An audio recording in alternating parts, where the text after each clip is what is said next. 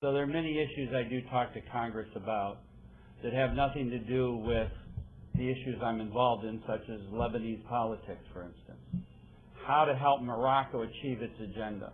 I might talk to the Lebanese task force later today about what affects Lebanon. I may talk about the relations with Morocco and the issues of Morocco.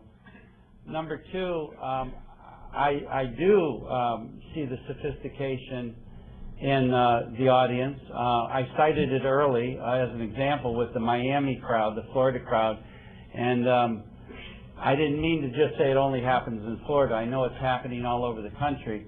I tried, though, to impart my knowledge of what I've learned in the last 30 years in this town. Maybe I don't need to impart it upon you, and for that, if it sounds too paternalistic, I apologize.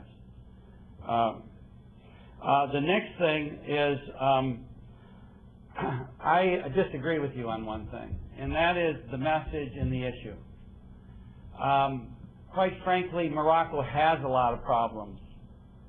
It has many problems that the government is working on, and that there are bilateral relations in which they're also working together on. But the most important impact that this group can have, in my opinion, is on the Sahara. I'm sorry to say it. You can go and say that Morocco needs money, and please help poor Morocco. And you can say other things about Morocco. I think the ambassador articulated many of the things that we're already succeeding in. We've got a lot of things in process here. What we don't have in process, as far as we want it to be, is the Sahara.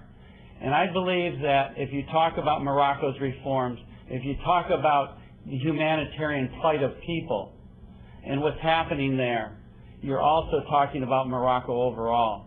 But I do challenge you, quite frankly, in the spirit of family.